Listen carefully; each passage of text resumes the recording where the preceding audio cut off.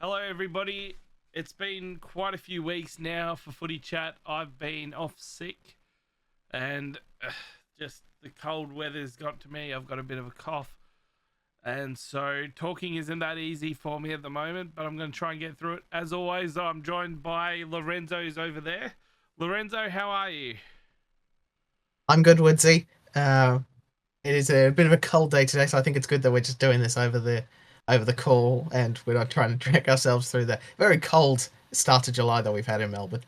Now, obviously, we're going to quickly go over the photo of the week now.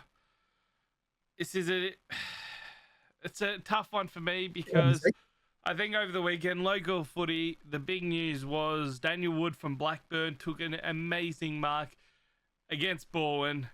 And I was there. I had my camera out. I saw the kick. I took photo. I've got a great photo of the kicker. And then I've just gone, it's going in the air. It's going to a pack. I might as well just swing the camera across. And unfortunately, I wasn't able to get it in time. You had two players in the way. You had the player not in focus taking the grab. You had the background with the white van right behind it. I should have been in the pocket. I know about positioning and about opportunity, but I'm glad that I at least got something. The amount of people that asked me, "Did you get it? Did you get it?" So unfortunately, yes and no. Got it, but it wasn't so good. However, that's enough about this photo, and we're gonna go on the week. I didn't watch much football, but Port Adelaide Carlton. Port Adelaide won by 50 points. Is Well, it this was the fun end for of everyone who wasn't. Voss? Maybe there's probably bigger problems at Carlton than just the coach at the moment, but this was a fun game for non-Carlton people to watch. It's going Just to to lead the yeah, question: Will Voss coach next season? I think, as a football fan, and we're not the football media, we're football fans. We love yeah, it. We can ask these questions, we can have these discussions, and it's not we've got an agenda or anything because at the end of the day, we're nobodies. But I love the discussions that are going on at the moment.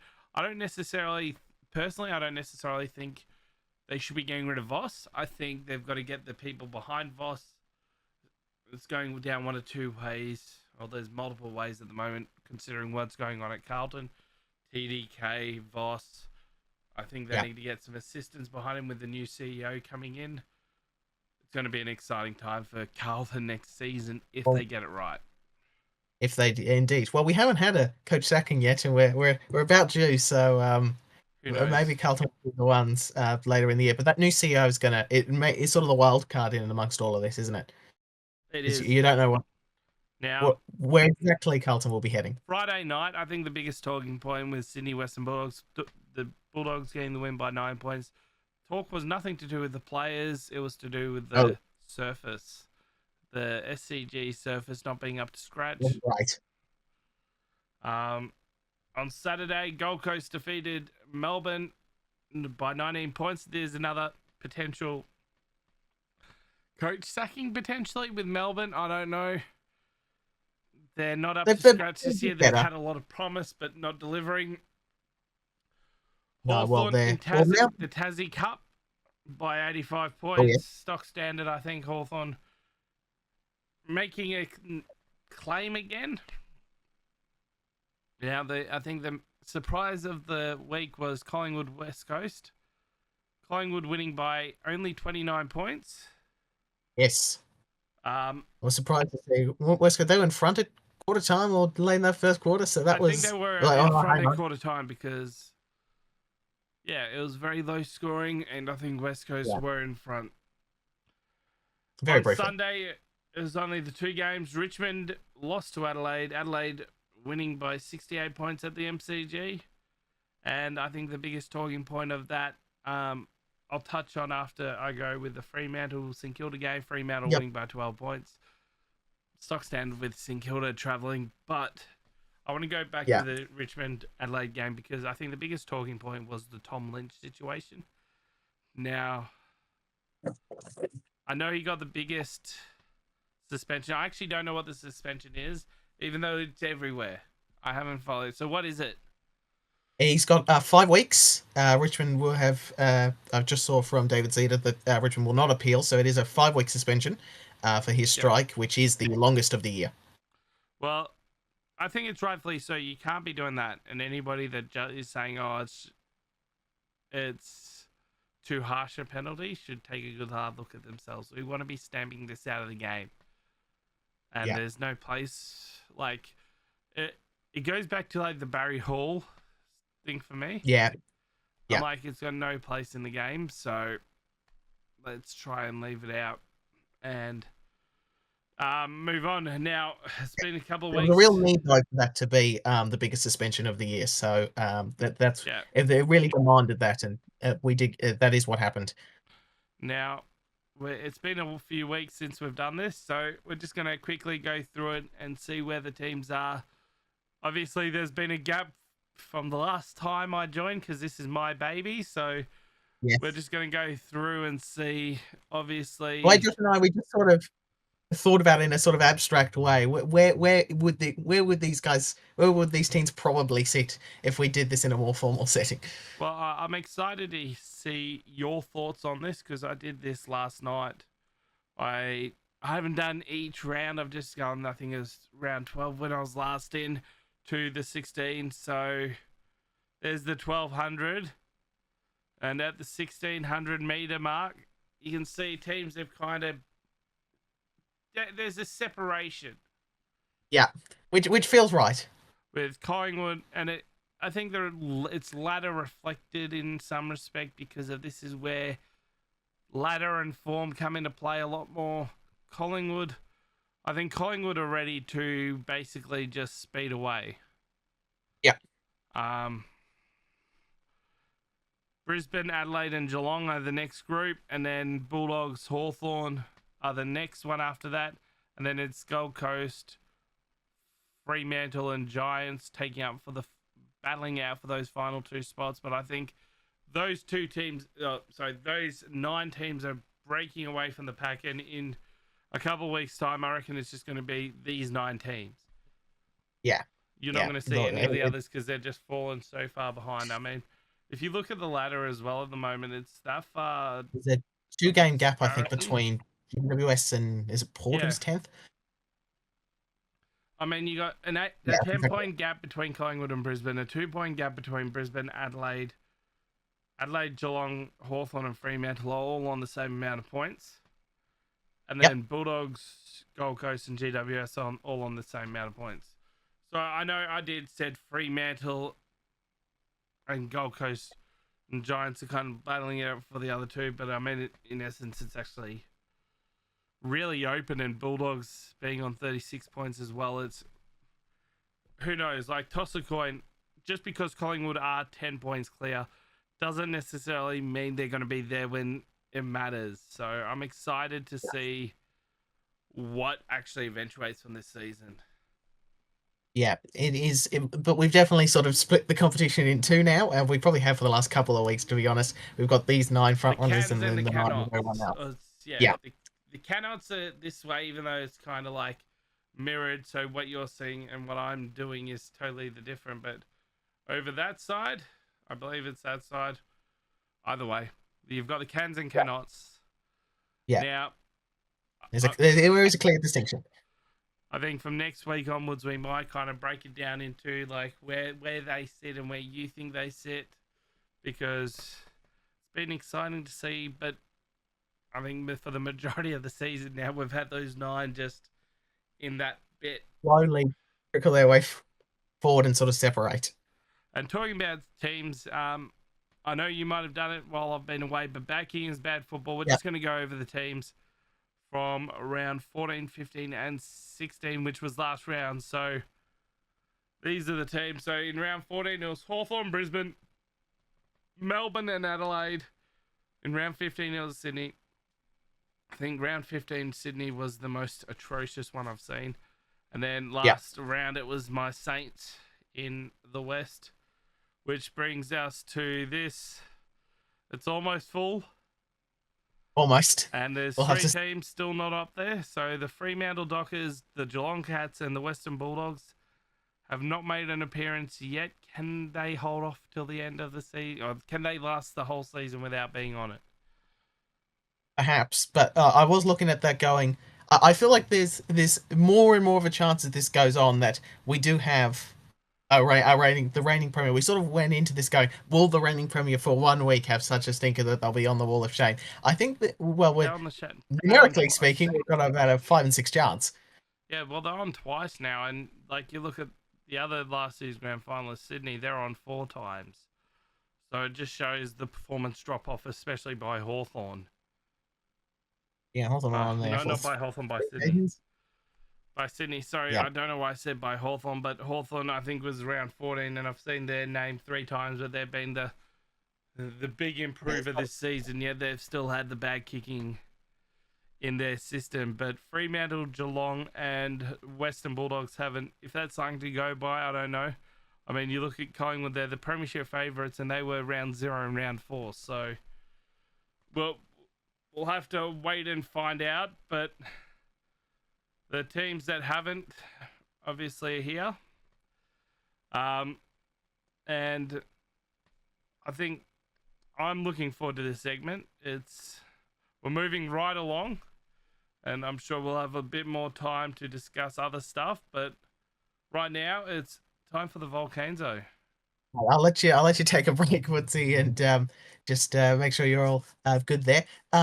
So this week for the Volcanzo, I have a slightly perhaps more light-hearted dig. That is, well, it's not really, it's not personal, but it's a little bit close to home. So I want to set the scene for you. It's Monday night, and I like watching those sort of Monday night football programs. So AFL 360, particularly that first half of the show.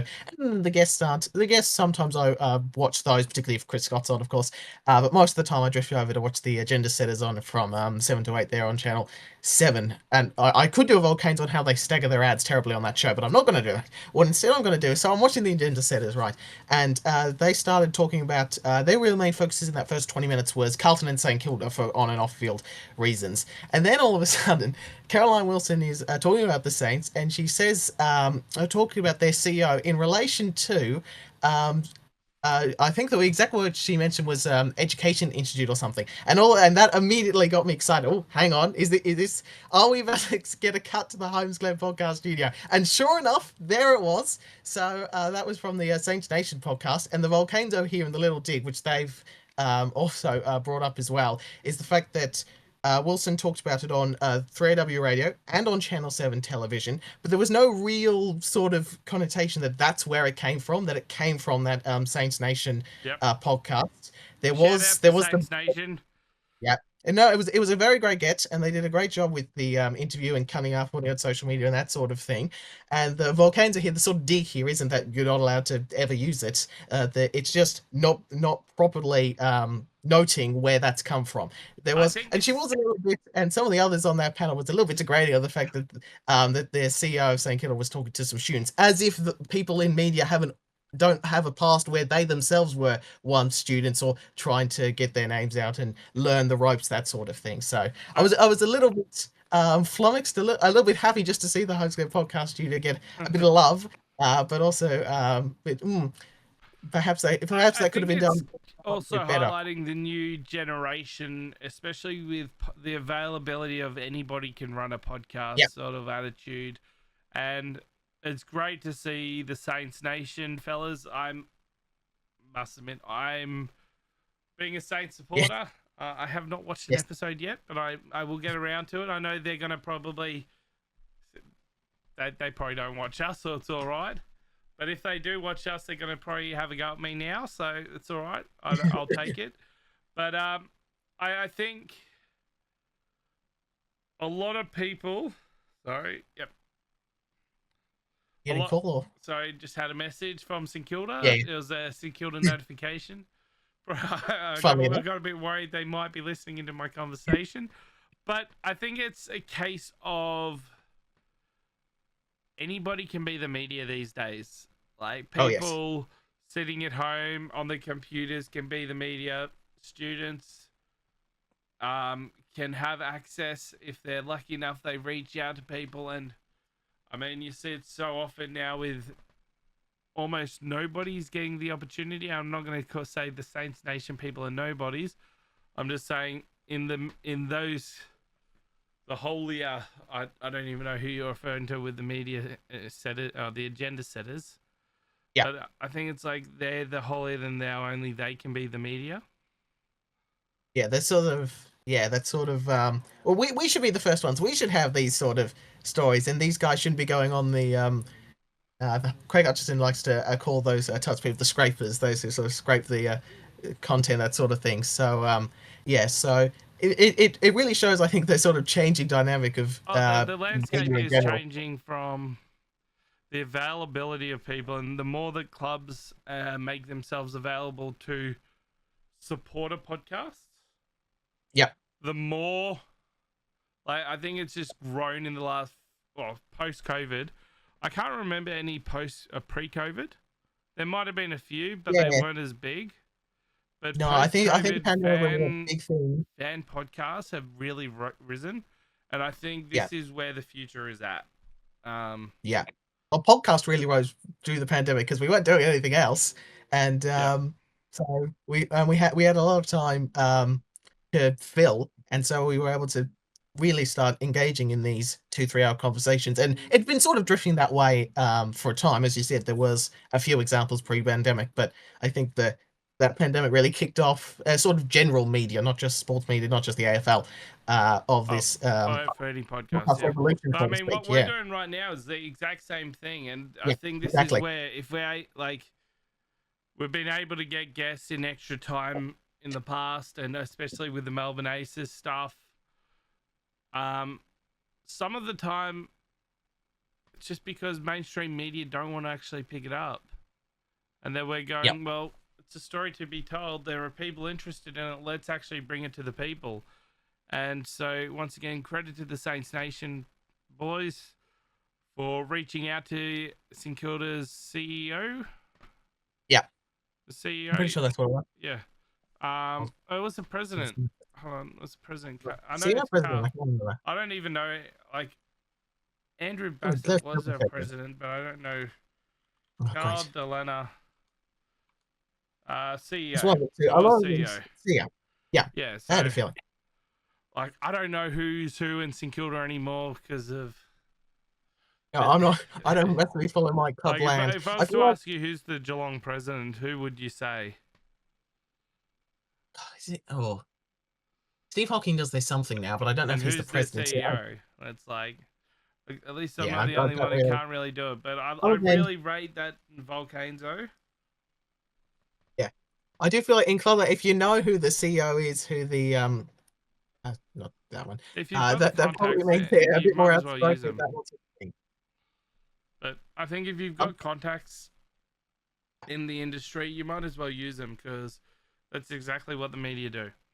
So, congratulations once more, Saints fellas, Saints Nation fellas. I'm Steve going to be Hawking is our sending. CEO, by the way.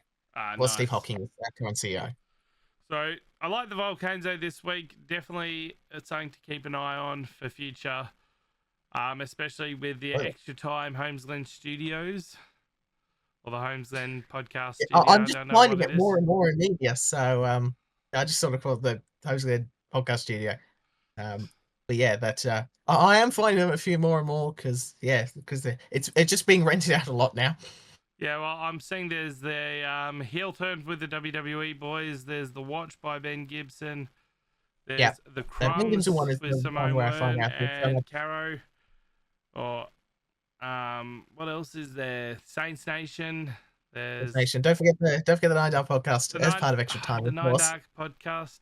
It all started with the Extra Time podcast though, and which evolved into the Footy Chat. So Yep, the humble beginnings, and good to see the place is getting used when I'm not there. it is exactly. But Well, like you said, it's there to be used. moving right along now with rate or hate. Now I haven't got much footy jumpers prepared this week. And I don't really have any footy jumpers around me right now. But the rate or hate this week, and I just want your opinion on this, is rate or hate player movement discussions in season. I don't completely hate it. It would probably I understand why for some people it is annoying, given even well, if we had a mid-season trade period, it'd make a bit more sense because you'd be always building up. You'd be building up to something. But if there's genuine conversation around, if a journalist has a credible source telling them that these sort of things are being discussed or are being worked on, I don't completely hate it. And the fact that it is clearly engaging enough for journalists to keep coming back to it shows that for a lot of football people, even if they say, I don't want to hear about this. It's always trade stuff. The fact that it's still being pumped out is a sign to me that most people do like to secretly listen in on these trade discussions, even in June and July. Yeah, well, Yeah. I've just got an article from December. The 10 biggest contract and trade stories to watch in 2025. I'm going to go through this right now. All right, sure enough. Why not? So I just want to see what they said there was. And then, has it been resolved or has it already been done? Or is it still open? So for the first one is the chase for Chad. What do you think this is in reference to? Isn't this Chad Warner? Chad Warner, yes. And he Yeah. has re-signed with Sydney. So that is a big X on that. There's no longer... There's no chase anymore. They're not chasing. Yep. Then the next one is All the Way with TDK. I think this has been one of the biggest talking points. So yeah. I think that is still open, and we still watch that space between on Carlton and St Kilda at the moment. Even though in this article it mentions Geelong and Sydney, but I don't see those unless it's a left field offer or last minute. I can't see it. The next one is the Big D3. In reference to Christian Petrarca, Clayton Oliver, and Cozzy Pickett.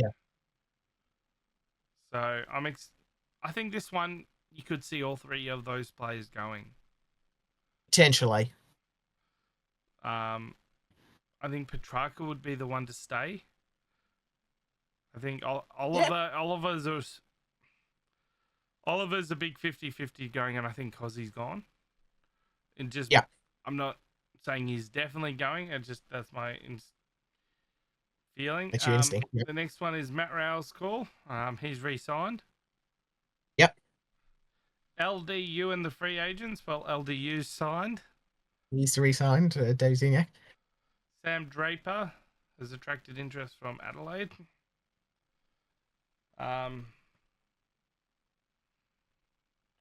Lion Hunt. Doesn't say exactly who it is, but the need for Reid. With Harley Reid, it's going to be an interesting...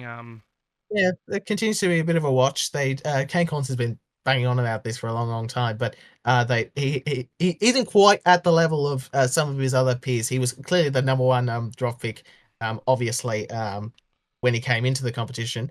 But there's quite a few players at the moment which have probably been a bit better in their start of their football career over the first year and a half. I think guys taken much later in that draft, like Shannon, was it Neil? Definitely Lawson Humphreys, who've really now very much within Geelong's best 22-23. Yeah, well, it's going to be... I think that's going to be in Watch's space. I just don't know. Like, I agree with you. Like, he's not... Oh, Manor, that's who I was thinking.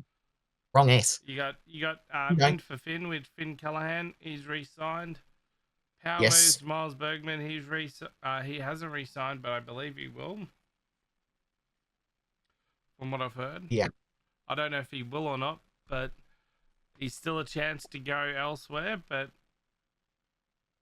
Zach Butters is another one. So this one mentions. Now, the one that this article actually does not mention at all, which to me is the biggest talking point, is Nasiah Wanganeen-Malera. Now, hopefully he stays. Being a St Kilda supporter, I really want him to stay. Yes. And it'll be interesting to see the talking points, like all the other moving chess pieces. I know Ron Marshall's been brought up in these discussions with TDK. So if TDK comes in, what happens to Ron Marshall? I I think Nasai Wangunu Malero, if he stays, is a brighter future than if he goes. Yep. But we'll have to wait and see, watch this space, because I hate it and I love it, because I love it because of the drama, the stories that it tells, but then I hate it when it's in Kilda and it stresses me out. So that's what it's doing at the moment. But that's enough of the rate or hate and all the discussions on who's going where. It's interesting to see, though, in December there's been a few doors shut. Obviously 7 months ago, 8 months ago. So interesting to see. Something else that we look back on, and Lorenzo, it's the Lorenzo's history lesson. So what have you got This week, I'm going off a tweet that I saw from @Swamp Thing on what was formerly Twitter, now really X. He was looking at the latest home and away round that the eventual premier was sitting outside the 8 in the final 8 era. So I thought this was an interesting thing that we sometimes talk about. How far back can you be? Where are you sitting? I need to sort of. Let me try and find the 2016 one. So this one is really looking at when they were outside. So is 2016 in here? Hang on, give me a second. Hang on. I want to try and do something. I'm bored of AFL tables as well. I don't think 2016 would, just because of that. I think there was 7. Yeah. So yeah. Like, so the Bulldogs. Looking at round 18 in 2016. Yeah. So this is. Yeah, round 18 Yeah, so in the Bulldogs 2016. in 2016 were always in the 8, so Yeah. they don't count to this, but they were sort of tracking further down. So this is teams that were outside the top 8. Before you go on, I was just interested to see, like, round 18 in 2016, Hawthorn were on top with 56 points. Then GWS, Sydney, Geelong, West Coast, Adelaide, and Western Bulldogs all had 48 points. Oh yeah, they do too. That's 7. And then North Melbourne with 44, and then St Kilda with 36. But I'm like, that was just showing you how close the actual season it was, with round 18, one win, but like. So when was the latest? So the latest any team has been outside the 8, and who eventually went on to obviously go in the 8 and then win the minor premier should be familiar to you, because round 15 last year the Brisbane Lions were not in the 8. So they were the Chautauquas coming late, very very late. So I think that theory of yours that they were going to be the Chautauquas of the season is probably the biggest takeaway from this, because they were at that point in time well down. I'm just going to look at it now. Yeah, there we go. I forget, because it's round 15, because AFL tables doesn't acknowledge opening round of 15. So if we go to that, what AFL tables counts as round 16 was actually round 15. They were 10th, 120.1%, which is strong, but they were outside. And then the following week, which is what AFL tables calls round 17, it was actually round 16. They then squeezed into. They were 8th at that point, 2 points ahead of the Western Bulldogs. So that is the latest. Round 15, they were 10th. And by round. And by the end of the season, they were 5th. 20, they were 2nd. Yes, they were too. So yeah, so they had a very strong, about a month and a half. They obviously dropped outside of that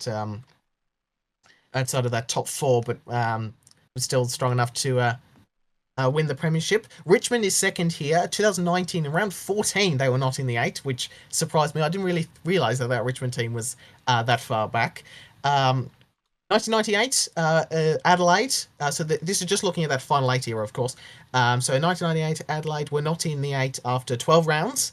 They came back from a distance.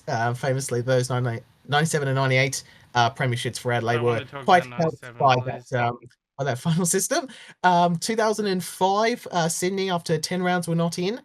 2001, Brisbane weren't in after 9.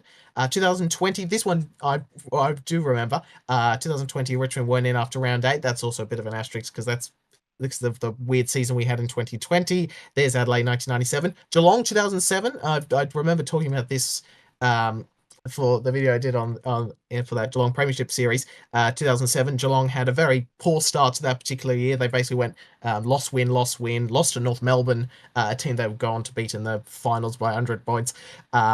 So round 5 in 2007, Geelong went there. And funnily enough, because of the week we've had, I should also mention that in West Coast in 2018, we're not in the first round, but they were in for the rest of the year. So yeah, so the latest home and away, the latest home and away round that the eventual premier was sitting outside the 8, obviously then going into the 8 to win the premiership, was last year round 15, Brisbane. So maybe that gives. We've talked about how there's a bit of a split, but maybe that gives the teams outside that group of 9, but maybe not that far away. They still might have a chance. They just need a really strong next 2 months. Well, I'm trying to see when the so the 8 came in 94. 94. So we've got at least a decent sample size. So it's a decent sample of more than 30 years, and you can, and even if you call it to win the current version of the final 18, that was 2000. So by whatever way you want to do it, we have a very we have several examples of teams not being in the 8, but none this late into the season now. So if any team wants to make history, they can do it this year. But it feels less likely at the moment than Brisbane was. But who knows? Maybe. But yeah, that's where that record stands. So Brisbane, after 15 rounds last year, were not in the 8. Yeah. Well, I don't think we're gonna have that problem unless a team like GWS or Port Adelaide are gonna do it. I think it's yeah. It might have to be a team falling out, then coming back in. That might be how it's talking about teams that can and can't win the flag, though. Yes. We've got your teams that can win the flag. Is there any teams you want to put on or take off? I think I'm going to leave it. The only so we talked about those 9. So I put the X on Fremantle a while ago. And if I was saying who can and can't win who can and can't make the finals, I wouldn't have an X on them. But I'm somewhat tempted not to. I'm very clinging on to that X that I put in there, and I sort of went into this going on very, very rare circumstances would I ever take it off. So I might leave it there, even though they're currently sitting 6th. But they do have a good run. Fremantle, they have, as we'll talk about in a second, retained the belt the whole way through. So maybe in a couple of weeks when they play, they've got Hawthorn in round 18 on a Saturday night at home, and then Collingwood the week after in round 19 at the presumably MCG. Oh, that might even be a Marvel. I'll actually find out at 3:20. No, it's MCG. So I might look at taking off Fremantle. Maybe in the coming weeks. They don't even necessarily have to win those games, but if they're competitive, I might. But as for now, I'm sticking with what I've got. Okay, now hopefully this works. I just going to good. Just had to update it, so because it had Josh there, I had to update mine there. I'm very much in the same boat as you, but I think I'm going to keep it as is. Yeah. Yeah, seeing that Josh still at Carlton can win the flag. He did. The hidden page over there, and Fremantle as well. He's put the X on the doggies though, but no, I think this is the only team outside of these 8 that can do it is obviously Fremantle for me. But I'm not going to do it just yet. I think this is the 8 that can. So I'll leave it at that as well. And talking about the title, as you mentioned earlier with Fremantle, I don't know if this is true. You're saying this is true, so I'm pretty confident that they've won it over the last several matches. They haven't had like the toughest run, but I'm pretty sure that while we've been sort of doing this with me and Josh, and then a couple of weeks off, I'm pretty sure they have just kept winning has been the constant in football. So let's just go through this now. So it was around 12. I was last year, where they beat the Gold Coast Suns. And that was the one that they had the bye. That's right. In round 14, they've faced North Melbourne, only won by 6 points. Yes. Then they played Essendon, and won by 41 points. Then played St Kilda and won by 12 points. So this week they take on Sydney in Sydney, and I think they're a good chance to retain it again. So well done to I think Freo so. as we celebrate that. We look to the big calls now. I don't have a big call this week. I haven't actually thought about it. I might think of one very quickly, but this was round 13. This was round 14. We haven't done any since. Have you got Now, one off the bat? I was thinking maybe Geelong by 50 plus maybe against the Tigers this week. No Lynch. I'm sort of hesitant to do margin ones because I started with a whopping margin one and didn't get close, as you know, 93 points away. I was in on Thursday night of round one, so I'm always a little bit cautious to do anything margin related. But cherry on the Cats. They should get the draw. And looking at Richmond's recent results, How there's much been are a you few going to 50 win by? pluses or 40. So Geelong by at least 50. At least 50. Wow. Well, I'm going to go, I think, 75,000 plus to attend Marvel on Saturday. Oh, okay. There's a double header at Oh, Marvel on oh yeah. Saturday. Yeah, that's right. So I was like, Essendon I Gold assumed you were Coast going there. and then St Kilda Hawthorn. Now, Yeah. from what I believe is the first game, which is at 12:35. Once they're done, everybody goes out. They do a quick clean, and then they get ready for a 7:40 game. So exciting stuff. 75,000. I'm going for there. I think Oh, it'll be. that's a good one. Hmm? Yeah, that's a good one. I like that. I don't think they'll get it because it's St Kilda's home game. But True. talking about the weekend, though, we start off Thursday night. North Melbourne celebrating their 100th anniversary in the VFL AFL system. That's correct. Against the Western Bulldogs, who are also celebrating 100 years in the VFL AFL system. We have Carlton and Collingwood, the extra time clash. It's been a while since we've had one of them, but that takes place Friday as well as West Coast GWS. What are your thoughts on a doubleheader on Friday? Again, not. Oh, this one I'm probably a bit more leaning towards the hate one. I like having that one big match to look forward to on the Friday to blockbuster. That blockbuster to look forward to. So I understand why they do it, because that way on Saturday and Sunday you can sort of space out the other ones, which is not bad, I guess. So I'm not a massive fan, though. I don't hate that they're doing it sort of. If they did it every week, I think that feel would like be a this bit is the hard best for them, game but to do it for, though, because as someone who doesn't like Collingwood or Carlton, it doesn't matter which team's winning. There'll be another game I can watch. Yeah, that's true. And occasional one of these I wouldn't. I'll I probably don't get mind. a bit of feedback from that comment, but I don't mind. Hi, Josh. Hi, Dylan. Hi, Davin. Essendon Gold Coast on the Saturday at Marvel, as well as the St Kilda Hawthorn game at Marvel for the night game. But in between those two games, we have Geelong, Richmond, and Brisbane Port Adelaide on at the same time as the St Kilda Hawthorn game, which they could both be blowouts. I mean, I think all of these games on a Saturday could be a blowout. I could call it now. Gold Coast, Essendon Gold Coast, Geelong, Richmond, Brisbane, Port Adelaide, and St Kilda Hawthorn. And on the Sunday, we have Sydney, Fremantle, and Adelaide and Melbourne. So, looks set to be a great week back of to football. a full slate of 9 and not having to worry about any buys. I mean, there's the pre-finals buy, but we'll cross that road when we get there. Well, yeah, what are your thoughts on there were so many rounds of buys this year? Yeah, I'm not sure what the entire thinking was. I understand why a lot of people don't like it. I'm not a massive fan either. To be fair, again, you're not missing out on tons, and again, the lapping isn't, the overlapping is less if ever. I'm perhaps I'm a bit nostalgic for the old days where we just had 3 rounds and we had 6 games across. That probably wasn't the greatest way to do it.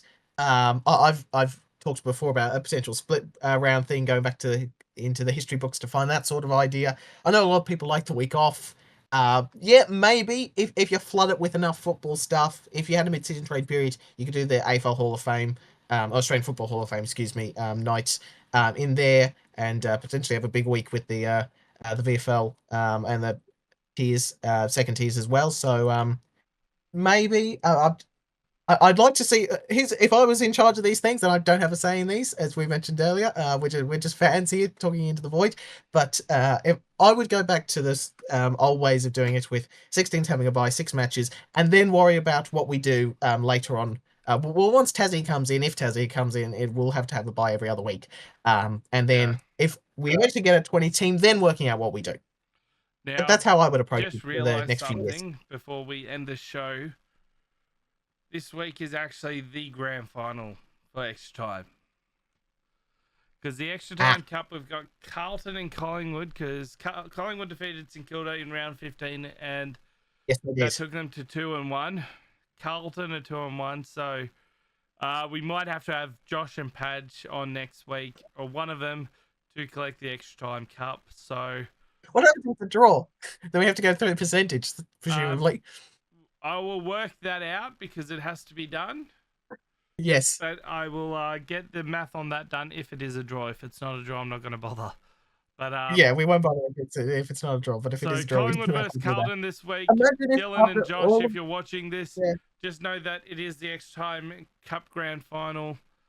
There must be a winner. So that'll add something to Friday night. So you might imagine have if to. Carlton has this awful season, they sack their coach, but they do get this little one. They get a paper trophy in the mail just by the doors at Icon Park saying extra time cup. You got Josh there proudly holding it. But I think it's going to be a Collingwood extra time premiership this year, as well as a potential AFL premiership. So maybe. Dylan, we will have to try and get Dylan Padge on the show next week, because it's going to be a big celebration for him. But having said that, that's all the time we've got for this week. Hopefully we will be here next week in the studio, and until then, see ya.